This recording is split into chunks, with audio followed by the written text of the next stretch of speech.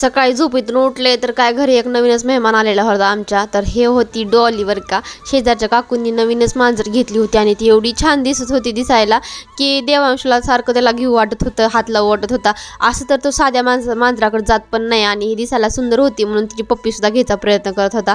मग नंतर इकडं सकाळ सकाळ आंब्याची चटणी, मस्त गरमागरम चपाती ह्याचाच नाश्ता करून घेतला. नाश्ता काय ह्याला तर जेवणच म्हणायचं.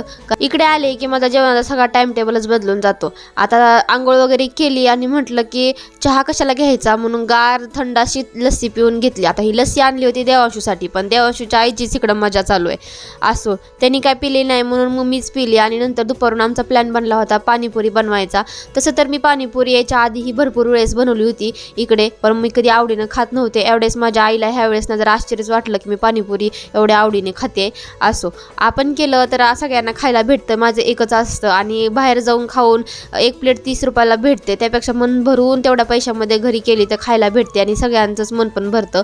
म्हणून माझा प्रयत्न असतो की घरी काही नवीन करायचं आणि घरच्या सगळ्या माणसांनाही मन भरून खायला द्यायचं.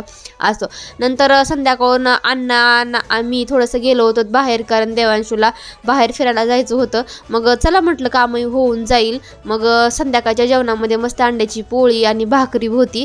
तर असा माझा आजचा दिवस गेला. भेटू नेक्स्ट ब्लॉगमध्ये.